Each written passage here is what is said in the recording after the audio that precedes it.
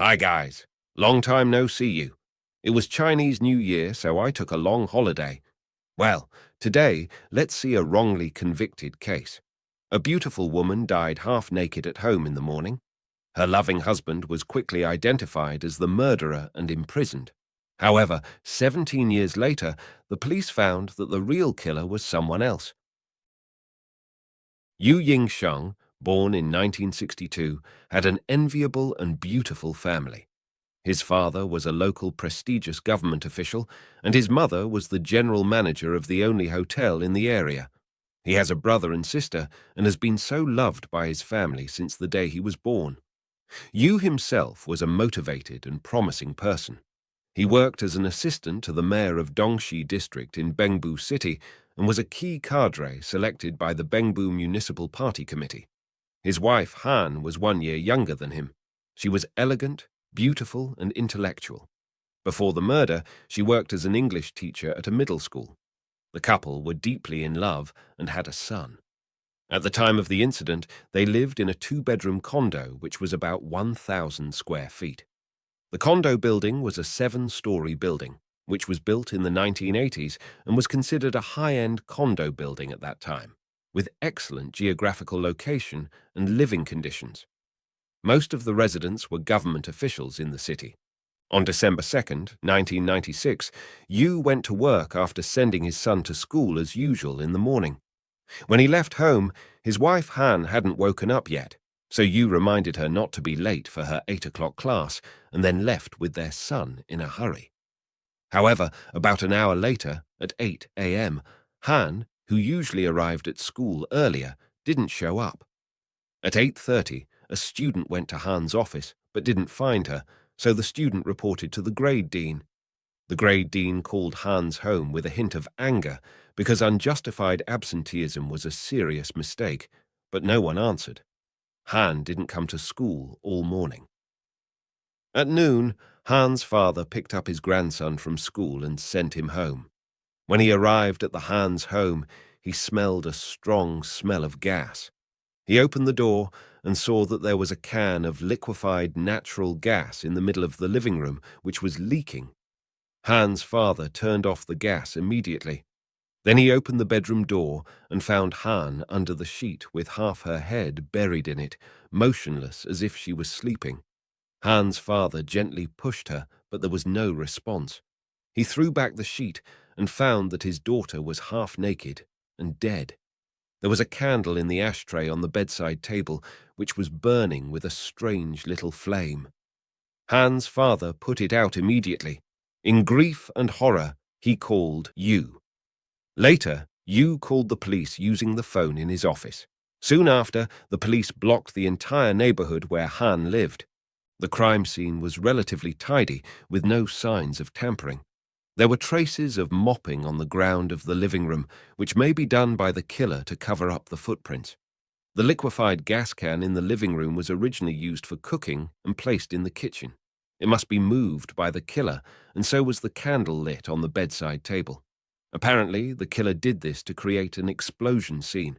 If an explosion occurred, not only would the crime scene be destroyed, but it would also likely create the illusion that Han died accidentally. The drawers of 2 bedside tables in the bedroom were each pulled out by 10 centimeters, and the closet door was also opened. Several fresh fingerprints were extracted from outside the bedside table and closet, which were confirmed to not belong to Yu, Han, or their family members. These fingerprints pointed to a stranger. Han's neck had a knife wound, and her lower body was naked, while her upper body was wearing a bra and sweater. The sweater was worn well, but the bra had been pushed up above her breasts. According to forensic examination, the victim's mouth and nasal cavity were subjected to violence, resulting in mechanical asphyxiation death. The time of death was around 7 a.m., and the neck wound was caused after death.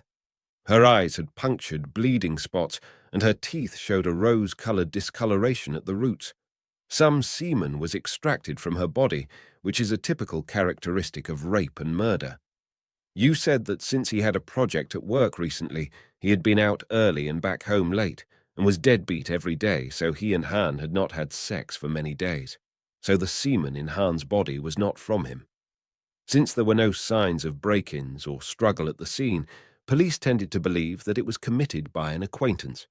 The police investigated the couple's social relationships and found that most of the people in their life circle were teachers or civil servants with strict and regular work schedules. After investigation, no suspicious person was found. However, during the investigation, someone suggested that Yu had directed a demolition project for an old residential area in his work, which offended many people. Could it be revenge killing? But Yu is a calm and friendly person who is polite to everyone both in his work and life. The police investigated the relevant persons of the demolition project and found no suspicious objects. As an English teacher, Han's social circle was extremely simple, and she had never had any enemies. The police also considered the possibility of robbery and murder, and rape was only a temporary impulse. Considering the fingerprints extracted from the bedroom bedside table, the police speculated that the killer had rummaged through the belongings in their home, but because they didn't have cash at home, the killer didn't get anything. However, burglary usually occurs late at night. 7 in the morning and a condo near the road are obviously not a good time and place for the robbery. In addition, if it is a revenge killing and robbery, it is very unlikely that Han would voluntarily open the door for the killer, so the police still prefer to consider it as a rape and murder committed by an acquaintance. However, there were no witnesses in this case, and the evidence left at the scene was not specific, so the investigation was at a standstill for a while. On December 12th, the 10th day after the crime, the police found Yu and politely told him that they needed to verify the case with him again and asked him to go to the police station. In the interrogation room, Yu recounted the situation of that day again. "I left home at around 6:40 and sent my son to school. Although the work time was 8 o'clock, there was a lot of work during that time, so I came to work early to sort out some documents. When I left home, Han had already woken up. I also reminded her not to be late for her first class that day. The police asked him if he had missed any details. Yu thought for a moment and said no. The police reminded him that according to a neighbor, Han and Yu had a fight the night before the crime. Yu firmly denied it, saying that they had always been getting along and had never quarreled for many years. He also said that he could confront the neighbors who said this. Moreover, their 8-year-old son had 3 testimonies in succession, saying that his parents never argued. However, Yu's rebuttal didn't have any effect. Afterward, the police seemed to have confirmed Yu as the murderer and tortured him for 7 days and nights in succession. According to Yu's later recall, on that cold and snowy day, the police asked a prisoner to take cold water to shower Yu, which lasted for 2 or 3 hours. He also said that the police only wanted him to admit to killing his wife for either reason of rape murder or robbery and murder. Yu said that he and Han were in love, and how could he rape his wife? As for robbery and murder, how would he steal his own money? Finally, due to his inability to withstand torture, he confessed to the murder of his wife. However, although the case was solved, due to obvious defects and deficiencies in the evidence, the case was returned twice by the municipal procuratorate, and a decision was made not to prosecute, which meant Yu would be released without charge soon. But unfortunately, the then director of the police station who successfully solved this major homicide case was promoted to the chief procurator in the Bengbu procuratorate. So Yu, the suspect, was soon prosecuted. On December 24, 1996, the Procuratorate of Bengbu City filed a public prosecution against Yu for intentional homicide. Before the court session, Yu's lawyer found a DNA identification report in the case file provided by the prosecution. The report confirmed that the semen detected in the victim's vaginal and underwear didn't belong to Yu. However, this extremely powerful evidence was not recognized by the court. The prosecution believed that the semen in the victim's body and underwear came from a used condom, which was picked up by Yu to disguise the crime scene. The court recognized the prosecution's theory about the source of semen. In addition, the prosecution claimed that after killing Han at around 7 o'clock, Yu returned home from work at 9:50. creating a crime scene of Han being raped and killed. However, Yu insisted that he was at his office at 9:50 and used the office phone to make a work call at 10 o'clock. However, his confession about his alibi was not accepted by the court. Finally, the court ruled that on December 1st, when Yu and his wife were shopping in a shopping mall, Han gave him 2,800 yuan in cash and asked him to deposit the cash in the bank, but she refused to tell him how she got the money. This made Yu dissatisfied. At 7:20 on December 2nd, after sending their child to school, Yu returned home and asked Han again where the cash came from. Because Han insisted on not telling him, the two argued. During the fight, Han's voice was getting louder and angrier, so Yu pushed her down on the bed and then took a plastic rope from the kitchen and tied her hands behind her back. Then he covered Han's head with the sheet and with both hands held her mouth and nose, smothering her into unconsciousness. After that, he ran away from the scene to go to work. At about 9:50, Yu returned home from work and found Han already dead. He first untied the plastic rope binding Han's hands, cut several cuts on her neck with a kitchen knife, then pushed her bra up to her breasts and put her body into a prone position. Before leaving, Yu turned on the liquefied gas and lit a candle, attempting to discharge liquefied gas to a certain extent so that the candle flame would ignite liquefied gas and burn down the scene. In the end, Yu was convicted of intentional homicide.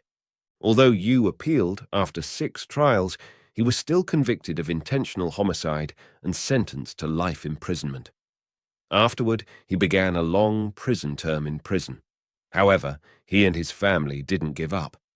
From the day he was sentenced to prison, they began the road of appeal.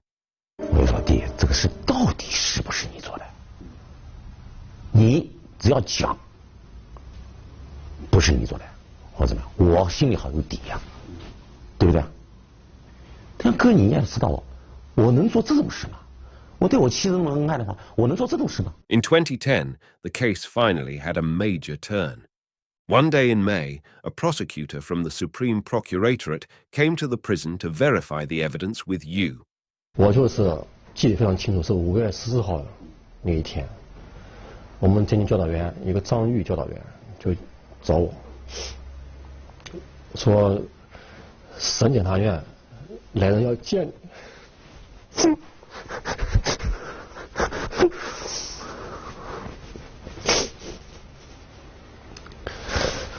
看来你有这么失望，我想去往上申诉的是，血。 After talking with Yu for hours, the prosecutor verified the following situations. According to Yu's guilty confession, after returning home from work, he tied his wife's hands with a plastic rope before throwing it out of the window. However, the investigators never found the plastic rope used for the crime. Yu also confessed that when he cut his wife's neck, the blood sprayed out in a radial pattern, but after the autopsy, it was found that the neck injury was a post-mortem injury. Since there is no pressure on blood vessels after death, neck cuts cannot form splashes. Yu's guilty confession clearly conflicts with the evidence of the case. Because of those contradictions, the case could finally be re-examined. On August 8, 2013, the Anhui Provincial Higher People's Court made a retrial judgment, rescinding the original judgment and ruling that the Yu was innocent. Yu was finally released in court after 17 years of unjust imprisonment. Although he had been wrongly imprisoned for 17 years, he bowed to the court and thanked for clearing his name. I made a video before about a man who killed his wife, but insisted that he was innocent and was found not guilty due to insufficient evidence eventually. We can see these two men who were facing the same kind of charge reacted completely differently when they were free. You can also find that case in my channel. Let's back to this case. Since Yu is not the murderer of his wife, then who is? After Yu was released without charge, the police immediately initiated a reinvestigation procedure for this old case. After analyzing the case again, the police determined that it was a homicide case with sexual assault, as the purpose and the killing was a spur-of-the-moment act. The final breakthrough was the key evidence, the DNA analysis report of semen left in the victim's body and underwear. Compared to more than 10 years ago, DNA analysis technology in 2013 has been mature and perfected. After comparing and analyzing this DNA, the investigation team found that there were more than 30,000 people with similar DNA characteristics distributed throughout the country. Combining with the crime time, as well as the suspect's characteristics and conditions shown by the traces left on the scene at that time, the investigation team gradually narrowed down the scope of key suspects to more than 300 people. What the police didn't expect was that the subsequent investigation went quite smoothly. When the sixth suspect was investigated, Qinyuan, a third-level police inspector and head of Bengbu City Traffic Police Detachment, was identified. In 1989, Wu, who was 20 years old, became a traffic policeman in Bengbu City. According to his colleagues, he was very capable of his work and dedicated to it. He rarely talked about his family with colleagues and usually was quiet. Yu and Han's home was located near the overpass where he worked every day. In theory, Wu could see the couple riding bicycles to and from work every day. After Yu was acquitted, Wu's co-worker said that Wu frequently paid attention to the public security website and looked for updates of this case. On November 27, 2013, Wu was controlled by the police while playing tennis with his friends. He didn't resist at all. After 4 interrogations, Wu confessed to the crime of raping and killing Han 17 years ago. 1 month before the incident, Wu met Han through an acquaintance and developed a huge crush on her. He also learned her home address. At 7 o'clock on the morning of the incident, Wu was wearing the police uniform and knocked on Han's door with an excuse. Seeing Han alone at home, Wu had ill intentions of having sex with her, but was refused. Then Wu controlled Han's hands and forced her into the bedroom. In order to stop her resistance, Wu took a pillow on the bed to cover her face and put his head against her chin. After the rape, Wu found that Han stopped breathing. Then he found a kitchen knife to cut Han's neck, rummaged through drawers, faked the crime scene, opened the liquefied gas can, and moved it to the living room. He lit a candle in the bedroom, trying to create an explosion to completely destroy the crime scene. In the afternoon of May 15, 2015, Wu was sentenced to death on the charge of rape. Considering that he caused the death of the victim during the crime process, and there was no evidence to prove that he had committed an independent homicide, the court didn't find him guilty of intentional homicide. Anyway, he was still sentenced to death. Finally, Yu waited for the day when the killer was brought to justice.